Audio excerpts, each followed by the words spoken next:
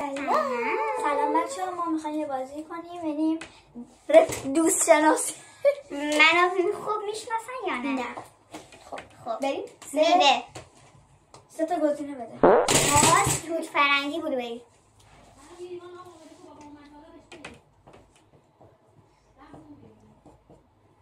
سه بذار. خب شما کدوم انتخاب کردید؟ نه بذار بعد برگردیم که بقیه ببینم. تمام؟ یکی آقا انتخاب کن. بذار. میخواد دوشون خط بکش. بچه جوری بگی که من نبینم چیز تو، چون الان خیلی واضح دارم میبینم. 3 2 آماده ای؟ 3 2 1. بچه توت کج فرنگی. درسته؟ من بلو. خب یه امتیاز من 0. با دست پاکش کن. خب خیلی جا داره ولش کن. خب حیوان خانگی: پرنده، سگ، گربه. یه دونشونو بنویسی، نمیخواه همشونو بنویسی. نه وایسا. نه همین که نوشتم درست. بذار من نمیشه. این دست ما کنار هم تا خب بچه فقط هلیوم میتونه تصویرمون رو ببینه. 3 2 1. هر دوتاتون درسته. سگو خیلی دوست دارم. تو اون امتیاز میگیریم. خب تو 2 امتیاز، من خب 1 امتیاز. وسایل تحریر چی بیشتر دوست دارن؟ وسایل تحریر هم وسایل تحریر. نه 3 تا گزینه میدم. کیف، خطکش، نه صبر کن، نه اشتباه کتاب، دفتر یا ببینم خودکار. چی شد گزینه ها؟ دفتر، کیف، خودکار.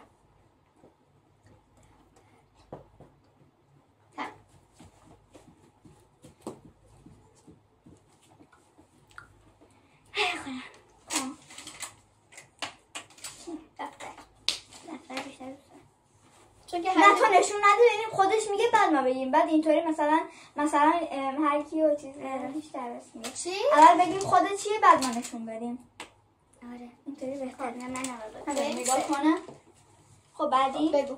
مثلا فیلم مورد علاقه تو بگو، فیلم همه چیزا تو بگو. لیو استیچ، کرومی با سرکن لبوبو. اینا شانسیه. شانسی. الان گزینه چی بود؟ عروسک؟ آره. خب عروسک. از تو دوربین دارم اینو میبینم.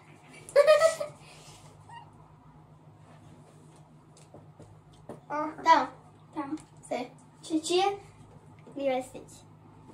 من نمیشم لبوبو. تو دوتا من امتیاز نمیگیره. تو لبوبو که خیلی دوست داشتی. لیو استیچ بهترشه. استیچ خیلی دوست دارم. خب بریم دوباره بگو یکی دیگه. خب فیلم بچه فیلم کی پاپ. نه اون کارتونه دیگه. خب فیلم میشه دیگه. فیلم نه ونزدی، خرام برادران با چی بود اسمش؟ سب کن الان میگم. بچه یه دفعه پیش افتاد الان بگو دیگه. تقلبی چند نکردیم. ونزدی خب خرام برادران. خب شربت قالق.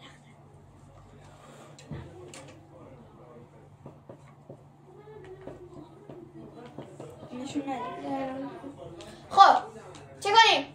خرام برادران. زغالخ اول نوشتم خواهرم برادرم با زغالخ. خب دیوونه عمر و سوسن هستن. سوسن مرد. دوباره بگو. خب هم چی؟ لباس، کراب، لختی. موی؟ نه لختی کنش نه لختی مثلا یه ذره اینجوری لختی پوشیده متوسط. نه دیگه 4 گزینه شو خواهر. 3 تا گفتن. خب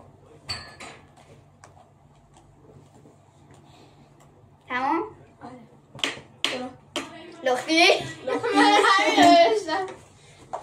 خب الان 2 تا من امتیاز گرفتم.